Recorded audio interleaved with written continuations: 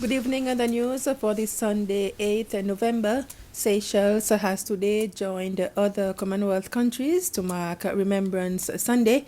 The day is celebrated on the second Sunday of November in honor of all fallen soldiers and all those who fought and lost their lives in wars.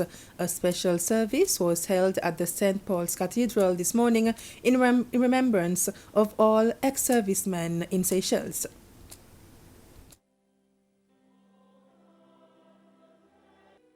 The President of the Republic, Wavell Ramkalawan, the First Lady Linda Ramkalawan, Vice President Ahmed Afif, as well as a handful of ex-servicemen were amongst those who attended the ceremony. The service was celebrated by Reverend Daniel Calais. A special remembrance service was also held at the cenotaph at the Moflioki Cemetery. 2 minutes of silence was observed in remembrance and tribute to all those killed in conflicts. Poppy wreaths were also laid at the cenotaph. The British High Commissioner Patrick Lynch noted that the ex-servicemen fought for peace, stability, democracy and equality of opportunity. Mr. Lynch noted that their actions, their sacrifices should be an inspiration to us all. But the sacrifice of these soldiers is only truly futile if the generations that come after choose not to build on the foundations that they have bravely laid for us. If we choose not to embrace systems where leaders are elected by the will of the people and are there to serve the needs of the people. At a time of great change, Seychelles has witnessed the first ever democratic transition in its history. On one side, we have leaders who have passed on power with graciousness in defeat. And on the other side, we have a new government that has been magnanimous in its victory. It is acts like these that build on the foundations laid by the generations that went before us. The project manager for the proposed Roman Catholic private school at Iloro has given the details of the project.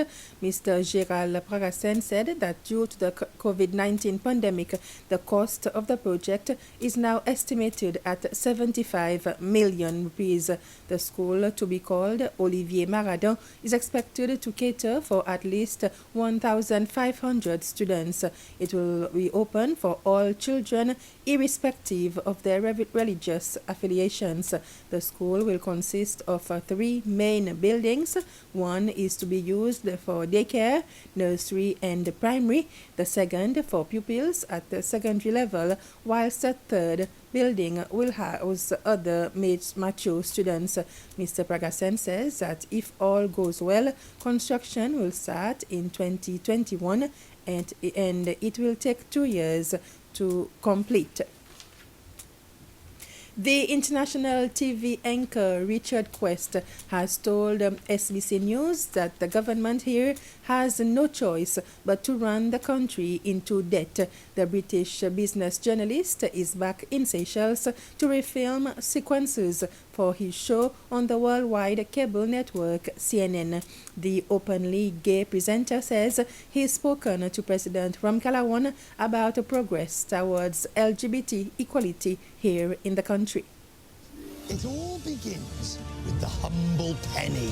He's a global megastar, famed for his eccentric style and razor-sharp business journalism. And it's not how many you have, it's what you do with them that counts. Now he's back here refilming sequences for his CNN show World of Wonder that he'd originally shot before COVID, a different political time.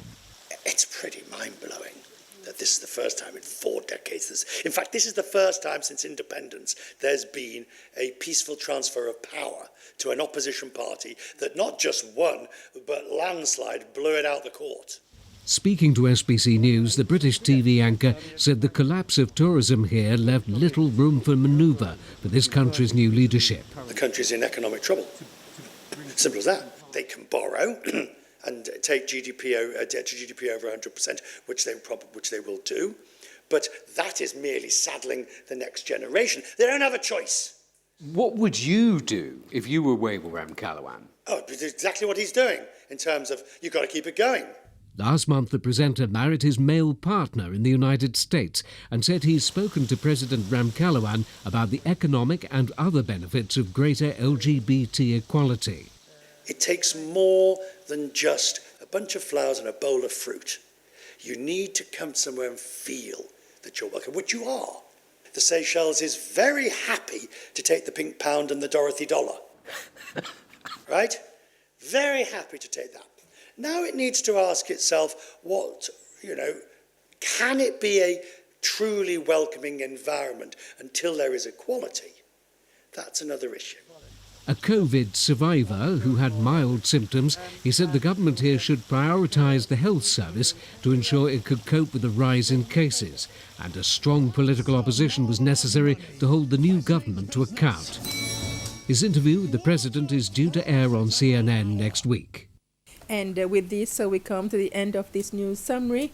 Thanks for watching.